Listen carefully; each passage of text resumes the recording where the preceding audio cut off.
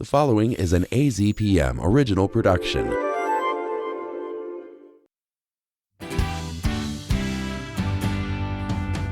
Welcome to The Buzz. I'm Christopher Conover. This week, State Treasurer Kimberly Yee.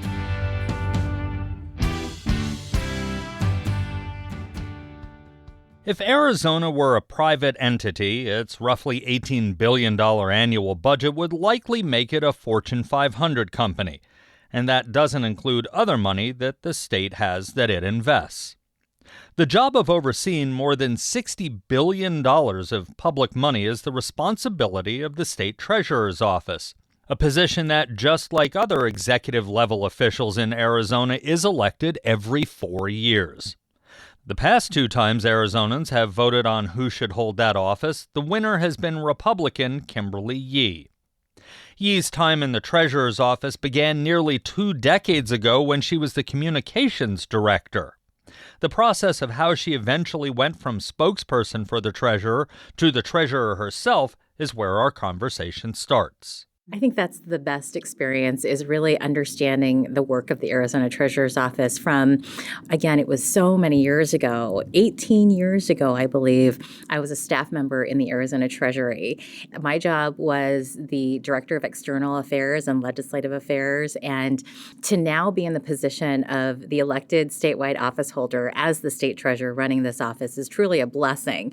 But it certainly has given me the experience to be able to understand all facets of the job and all of the divisions within this office, which makes it work. And I think that's where you see our historic record performance in so many different ways. It's because we really hit the ground running from day one. Everybody sees every 4 years on the ballot the office of the treasurer. Anybody who's been in a club knows what the club treasurer does. I have a feeling this job might be a little bit bigger than that. So can you explain to the audience, what does the treasurer's office do? Yes, the Arizona State Treasurer is Arizona's chief banking and investment officer. And I manage $64.7 billion in the cash flow that comes in and out of this office. Those dollars go to our state agencies, to our school districts, to our local municipalities all across the state. We manage the investments of our local governments. It's an optional program called the Local Government Investment Pool. And on day one of my administration, I thought, well, simple math tells you that if you grow the local government investment pool, there is greater amount of funds available for those local municipalities on the returns. So I went across the entire state of Arizona, all 15 beautiful counties, to really increase our participation so that pool would grow with our local governments. And we have seen enormous growth. We've had about 143% increase in the local government investment pool. So the value of that pool is now just under $8 billion. And just so people understand, the local government investment pool is local dollars, county level, city level, and you're just managing it so they don't have to worry about it. Right. So rather than sitting on that money overnight, we're investing it. And we're investing it with other local governments, whether they are small little towns across Arizona to larger counties, all of that. We even do tribal governments in that mix. And it's always a philosophy of safety before liquidity before yield. And when we invest these dollars together, all of these local governments are getting more money on the money so that they can produce more in local transportation needs, in education, infrastructure. All of those are so important today. But the best part is when I get calls from our local residents and they say, my taxes went down because your investments went up. So thank you. Talking about taxes, you've been treasurer both before and after Arizona's flat tax was implemented. How has that changed the state's financial well-being? We've considered so many different aspects of where we are in terms of our revenues, whether it was before the flat tax to today. We've also taken a look at where our GDP was prior to COVID, to during COVID, to after COVID, and we have hit records entirely along the way. In fact, we remained a resilient economy here in Arizona through all of those interesting changes that we certainly didn't expect during the months of COVID. So much so that other states were watching our dollar grow in that period of time to record earnings. And we got calls from other states saying, what is your secret sauce? First of all, our economy continues to maintain really strong pro-growth stance where we have seen many states really decrease in their revenues. I believe that our business and infrastructure that we've built here in Arizona continues to allow us to grow those revenues, even while we have maybe a few less dollars on the operating side because some consumers are not spending as much with inflation and other things. But if you take a look at state by state, Arizona is doing quite well. People from both parties in the legislature are saying we should either continue drawing funds from the state land trust to pay for education and a number of other things that fund pays for, or maybe we should even up the rates. Before we get into whether those are good ideas or bad ideas, just so people understand, what is that fund? The Arizona Permanent Land Endowment Trust Fund has been around since we have created this investment authority so that whenever state land is sold, we take the proceeds of the state land sales and we invest those funds. And the local government investment pools, as well as this particular Permanent Land Endowment Trust Fund, are all managed within the Office of the Treasury. And we have seen the value of the Permanent Land Endowment Trust Fund grow to above $9 billion under my administration. What we have done is we've maintained great investments so that the beneficiaries of the Permanent Land Endowment Trust Fund, there are 13 of them, receive the maximum amount of dollars for our investments. Just to give you an example of how much the Permanent Land Endowment Trust Fund provides for K through 12 public schools, it's 93% of the total fund. That's significant. And so in this fiscal year alone, K through 12 public schools will be receiving $450 million in this Permanent Land Endowment Trust Fund. And that goes to our public schools across the state. That is huge. As they talk about extending Proposition 123 because its expiration date is coming, the big question on the table is, what is that rate going to look like in terms of the distribution? What does that mean? It means that's the money that is pulled out of the trust fund.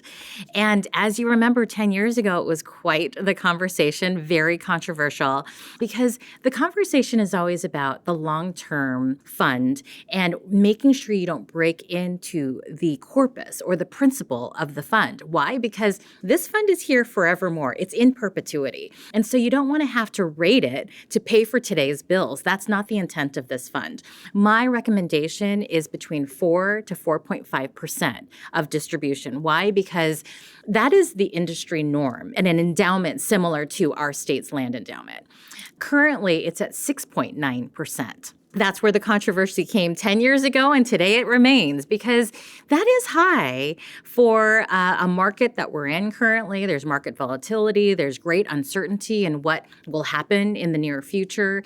And so we don't want to break into the principle of this fund. And so my responsibility as the treasurer is to really give the legislature and the governor and the people of Arizona, what does that number look like in a responsible way? And so I'll maintain the 4 to 4.5% distribution rate recommendation. Again, we have looked at Wall Street and all of their market recommendations for similar endowments across the country. Colleges and universities across the country have endowments. They never go above 4.5%. So it's very important for us to maintain this consistency, but also the safety for the taxpayer. With all of that being said, everybody wants to fund education. You were in the legislature before you'd come back to this office as the treasurer. Do you want to put your legislative hat on and venture into the fray of how can we better fund education?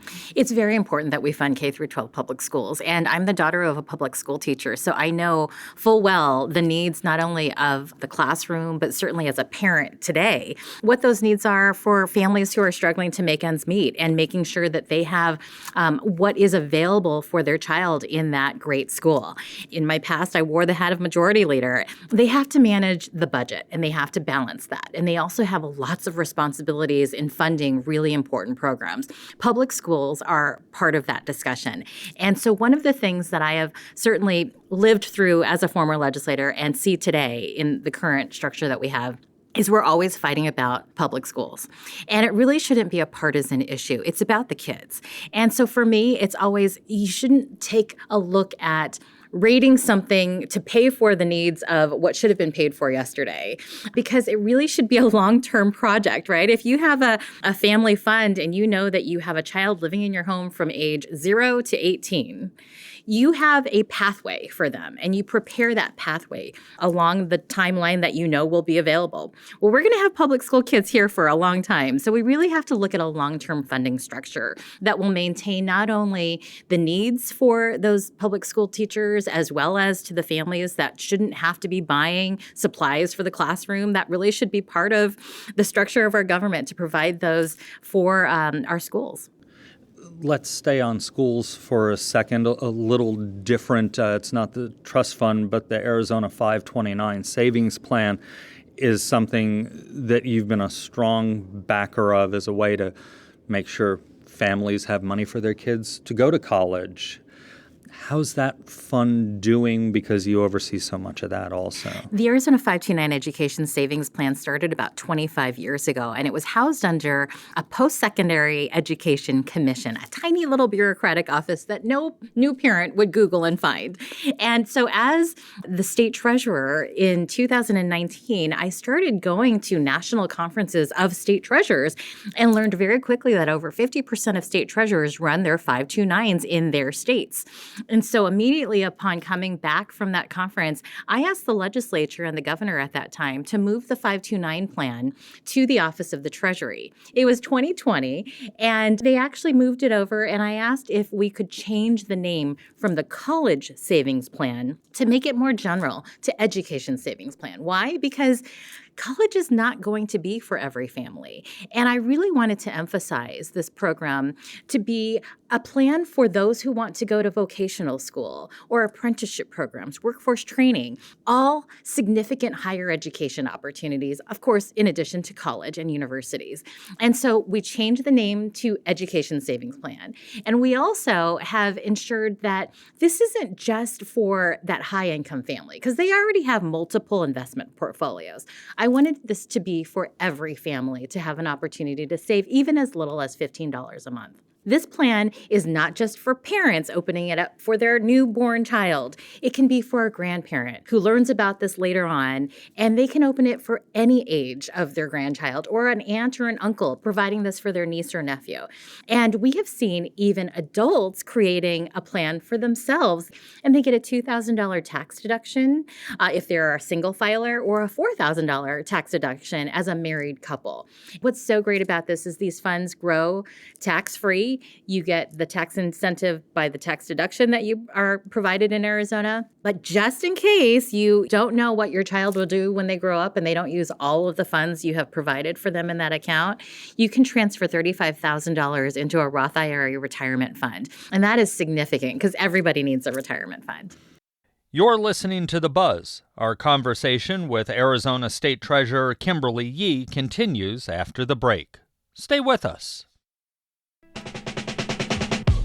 This is Tanya Mosley, co-host of Fresh Air.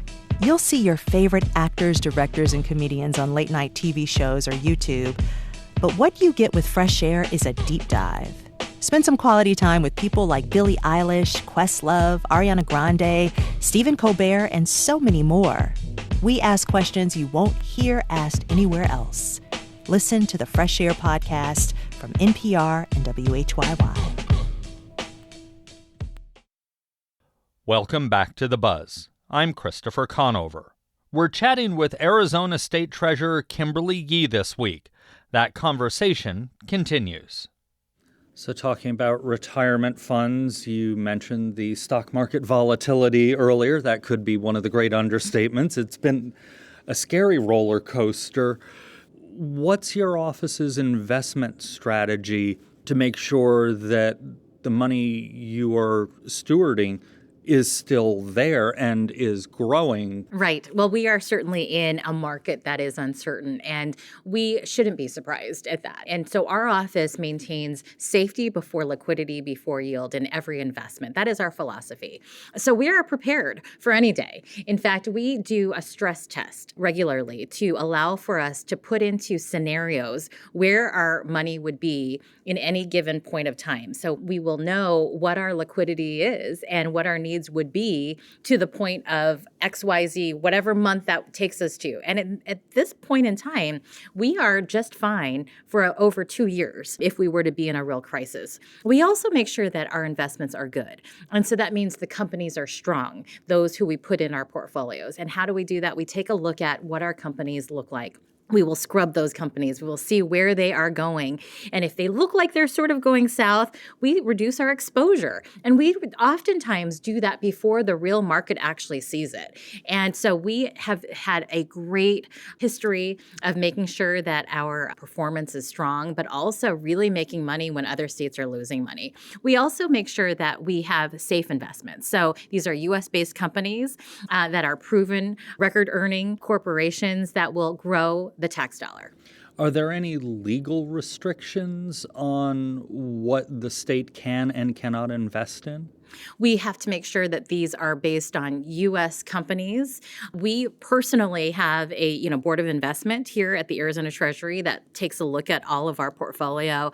Every month we have this as a public meeting to show what we are investing in. We also have guidelines on what the legislature allows for us to invest in. And of course, when we are fiduciaries of the Arizona taxpayer dollars, we are making sure that the corporations in which we invest in are going to be moneymakers. And so all of those things put into play really have created a really great internal investment team of individuals who really know how to navigate our dollars. And we have seen that. We have actually made $4 billion in the time I've been state treasurer. That's new earnings, and the distributions have gone out to the state taxpayers. More money for the general fund to allow for these expenses to be paid, as well as for us to take a look at, how can you make money on the money? And we really have never seen record performance like this in Arizona's Treasury history before. When you mention some of the things you look at in a company, obviously, that you're going to invest in, you want a profitable company, as you said. But there are some, I guess we'll call them moral restrictions that people investing their own money think, wow, it used to be tobacco stocks. Those were gold. But I don't want to support the tobacco industry, or maybe somebody doesn't want to support the defense industry or something. Do those types of discussions about what the companies do factor in also? We always want to take a look at what the performance of that company is. So we always take into consideration the pecuniary factors of what our investments look like. And that is our responsibility. So taking into consideration what a personal investor takes a look at, they can do that on their own time. But these are taxpayer dollars. So we really have to maintain safety first. And again, it goes back to our philosophy of safety before liquidity, before yield. That allows us to maximize our investment performance based on the corporations that we have selected. And again, we take a look at corporations and their strength and the amount of money that will be returned on those investments. And those are really things that our office has had a history of doing and will continue to do that. Earlier this year, you sent a letter to the head of the Arizona House Appropriations Committee explaining that your office does not investigate instances of missing or misplaced money. Do you think that should be something the Treasurer's office should do, or is it properly placed with the Auditor General and the Attorney General? Well, there certainly has been a discussion in terms of where does money go once it goes into the hands of the executive branch under the governor's jurisdiction. And they are specifically talking about agency expenditures. Well, from the Treasurer's perspective, we are the state's bank. So we roll money in and we distribute it out. It's just like your local bank. Your local bank is not going to ask you, how did you use the money that you just withdrew? Same thing with our office. And so from that perspective, I did give a stern letter to the Appropriations Committee earlier in this legislative session because I don't have the responsibility, it's not in the Constitution for me to take a look at those expenditures, but it's their job to ensure that what money is authorized and distributed from the legislative authority needs to be checked. It's called checks and balances between the legislative branch and the executive branch. Now, my office can certainly provide to them that guidance and advisement, but really it is the legislature that should determine whether or not the governor has requested those funds in the prior fiscal year and is using those funds as they were authorized. In this case, that is a question on whether or not the monies used were authorized. I believe the monies were not authorized, and now they are asking for a reimbursement. In that case, certainly the Auditor General's office can come in. But again, those were what I put into the letter to really relay fiscal responsibility. You can never spend more than you make. Let's come back to education and money, since we're in the Treasurer's office. One of the things that hasn't been part of the Treasurer's office until you became very vocal about it was fiscal financial education. Why get in on that bandwagon? Well, it's certainly a passion of mine to advance the awareness and knowledge of financial education, otherwise called financial literacy. And I'll tell you when that started. I was working for the former state treasurer, Dean Martin, literally a couple decades ago. And I walked into a university orientation where I would speak on the topic of smart money management. And as I was walking into my session, I saw one table with a credit card company signing up multiple students for a credit card. And then that student walking over to the second table, which was a credit card company, signing up for their second credit card. And as they walked into my session, I said, raise your hand if you just signed up for your first credit card. All of the hands were raised. Second question, how many of you have ever had a financial education course in high school? And those hands were not raised. And I knew immediately that we had a lot of work to do. So while I served in the state legislature, I advanced really that understanding for students to be able to know and do simple financial skills. I added that to the Arizona Academic Standards K through 12 in a meaningful way per grade level so that kids understand those simple concepts of basic money management. As the state treasurer, it has been a key part of my platform to go around the entire state, talk to students about really being smart about their savings, smart, money management when it comes to spending, but also setting aside money to share for those who are in need. And that really has been something that I wanted to preserve in this office. I am the first treasurer to do this, but we actually asked the legislature to put it in the role and responsibilities of the Arizona treasurer so that when I leave this office one day, this will continue on as a legacy piece because it's so important. I believe that there's a direct correlation between how an individual and family manages their money to the greater fiscal health of the state of Arizona. We hear in Arizona when it comes to financial literacy a lot about scams, be it scams going after our senior citizens or just everybody every day. Is that part of financial literacy, being able to recognize, and boy, some of them are getting really good, yes. But being able to recognize what a scam is and what isn't? Yes. Our financial education partnership is really what I built for the Financial Literacy Task Force. These are individuals I put together on day one to really help me navigate that in all of these areas, not just for kids. Obviously, K through 12 education is very important for financial literacy. But just exactly how you would share this with an older person from our senior citizen communities who might be subject to, fraud and scams out there. And we also have veterans as well as the military families around our table, as well as those vulnerable families, those who are on government subsidies, who really need that fiscal understanding so that they really might stay off that welfare program. What we did immediately in 2019 was to create a bill that would allow for students in high school to have a financial education course within their economics requirement in high school. So they have to take that in order to graduate. And taking a look at those adults in our system, many of our individuals who are on temporary assistance for needy families, otherwise known as welfare, they have been in generations of welfare. And we don't want that to continue if they don't have those basic skills on financial education. So I worked with the Department of Economic Security to create a bill that would allow for those who are on our workforce training programs on welfare to be able to have financial education as one of their options when they take a look at their menu of workforce skills.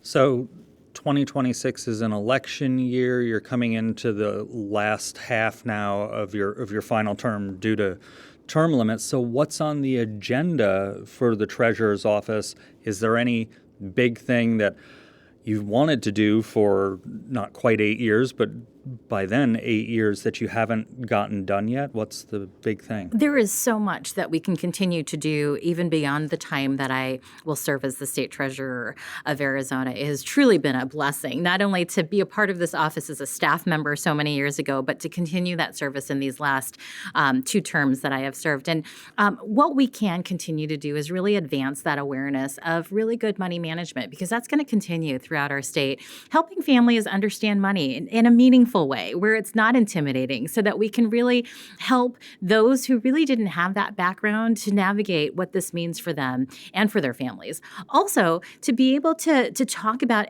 finances in a very simple way, that what we have done is we've really increased our social media presence. And so you can define so much in just photos and pictures.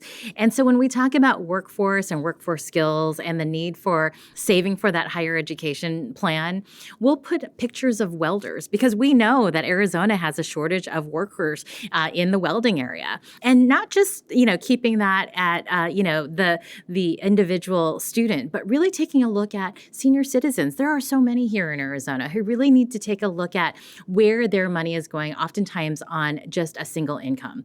And so those are some things that we've started. They will continue even beyond my time here in this office, but we really want to maximize the dollar and really continue that strong performance that we've seen in these last 7 years. So as we've mentioned, you're treasurer now, statewide elected official. You were in the legislature. You looked at a run at governor for a while. So what's next, if you care to tell us, for Kimberly Yee once you're out of this office? Well, it truly has been a blessing to serve the people of Arizona. I was born and raised in the state, and I come from a family of small business owners. My grandparents had a little grocery store in South Phoenix back in the 1930s, and it stayed successfully on that little corner for 63 years.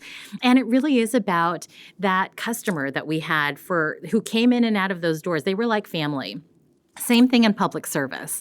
You serve the people, and you want them to, understand that you are doing this for the people, and you earn their vote along the way. And so in the time that I've served in the legislature and now as state treasurer, it really has been meaningful to me to see that we have really improved the lives of so many with really good policies.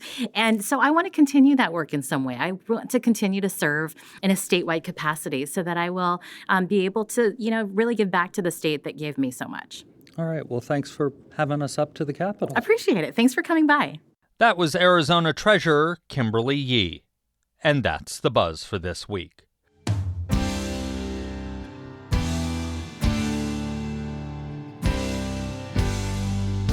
You can find all our episodes online at azpm.org and subscribe to our show wherever you get your podcasts. Just search for The Buzz Arizona. We're also on the NPR app. Zach Ziegler is our producer with production help from Maggie Farmer. Our music is by Enter the Haggis. I'm Christopher Conover. Thanks for listening.